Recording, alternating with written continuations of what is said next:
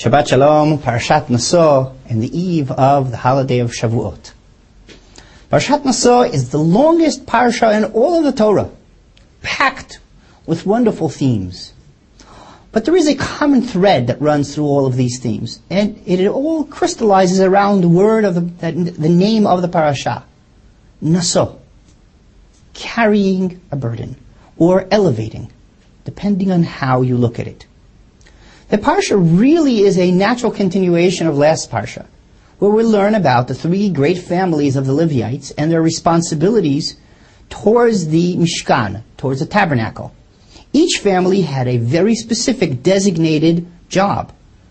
Kehat taking care of the internal Holy of Holy items, Merari taking care of the rest of the utensils, the kelim that were used in the service of the Mishkan, and Gershon, which is introduced to us in our parasha, responsible for the outer elements, the walls, the beams, and everything that has to do with the construction and building of the Mishkan. The Torah starts by telling us that each one of these families has to be counted and elevated, so they understand clearly the yoke of their responsibility, the burden that sits on their shoulders. The parsha starts, however, with the words Gam Hem, also elevate the heads of Gershon. Because one would think, mistakenly so, that the real important job is the utensils, the holy components of the Mishkan. Of course, the Holy of Holies, and then the rest of the tools that are used in the service of God.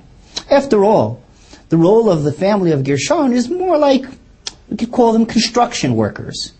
They are the laborious ones. They have to take all of the outer elements of the Mishkan. Comes the Torah and tells us very clear, Moshe, go and make sure that the family of Gershon understand how serious their responsibility is, how important their role is. So too, every step of the way through this parsha, we find a common thread that talks about the responsibility that we carry. The parsha shows us different types of individuals and the responsibilities that they may have to carry. Seemingly unrelated matters, such as one that cheats and lies and swindles another person, and then realizes his wrongdoing and decides that he has to admit and own up to his conduct. And he comes to confess for it. He is not caught. He has to admit for doing so. The parsha then discusses the Nazir, one that takes upon himself to abstain from certain pleasures of the world. And this person has to let his hair grow, avoid wine. And there is a consequence to that behavior. He is trying, of course, to make himself more spiritual, holier.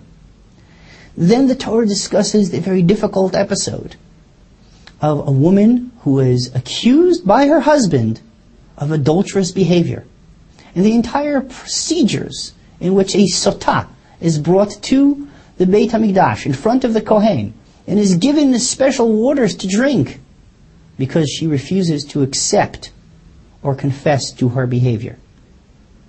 Indeed, the Torah then details the consequence of her behavior. If she is telling the truth, as to be a tremendous blessing, and if in fact she is lying, to her terrible, terrible destruction. The end of the parsha, a big chunk of the parsha, is dedicated to a repetitious pattern in which the presidents, the leaders of every single tribe, brings their offering, their little contribution to the building of the Mishkan. A repetitious pattern that is difficult to understand when the Torah weighs every single word so carefully, and here the same exact pattern is repeated over and over again. I believe the underlying message of the parsha is that there are many challenges throughout our lifetime in which we could swindle out of.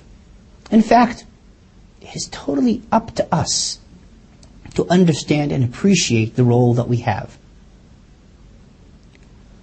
One does not have to step up to the plate.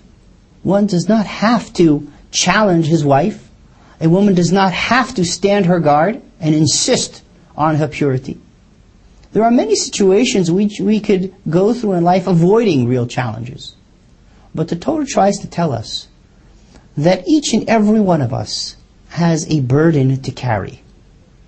a burden to carry which is a tremendous merit to us, a right, a blessing that if we accept to take upon ourselves can elevate us to tremendous heights.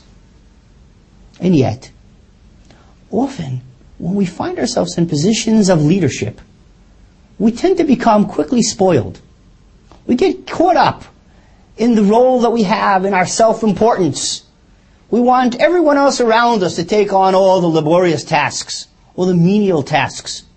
We don't realize that Gershon, just as much as Kehat, had a vital, important role in the construction of the Mishkan. The Nesiim, the leadership of the Shvatim, assume to themselves that they will wait until all of the people finish giving all their bringings and gifts and offerings to the Mishkan, and then they will step up and of course complete everything that is missing. After all, they're the leaders. They will bring the most important things. Anything at all that will still be lacking, they will cover. How foolish of them. How little they understood their own people. Because as we were told, people brought so much, in which it was the only fundraising campaign in the entire history of humanity, in which the leaders of the campaign had to beg people to stop bringing, because too much was contributed. There were leftovers. And the Nesiim were suddenly confronted with an uncomfortable situation. Here they are the leaders, and there is absolutely nothing left for them to bring. Comes Kadosh Baruch Hu and tells them, you want to be leaders. Understand, you are no different from anyone else. Your responsibility is identical, because your special status is only a reflection of the position that you have, not of your self-importance. And every single one of you is going to bring an identical offering. The same exact offering that is becoming upon the role that you hold. But you as individuals lost the opportunity. This burden that we carry is in the heart of the acceptance of Torah. As we celebrate the holiday of Matan Torah, one needs to remember that the true responsibility of living a life of Torah is to accept the burden of learning Torah and learning how to live Torah. This could be a terrible burden or a tremendous merit, a tremendous power in which we could elevate ourselves to be a truly unique and special nation. For the last 50 days, we've been counting down, or perhaps counting up, from Pesach, where we received physical freedom, to Shavuot, in which we accept ourselves spiritual subjugation to God. Of course we count, not counting the days left until this great occasion, but rather reflecting back on all the days that have passed, because this is the role of a Jew. Look forward through the power of what has passed. Take a hard look at the days that have gone by since Pesach. Ask yourself as an individual and as a people, what have I done with the last few weeks? How did I elevate myself to be better prepared for this great day of the giving of the Torah? Am I ready?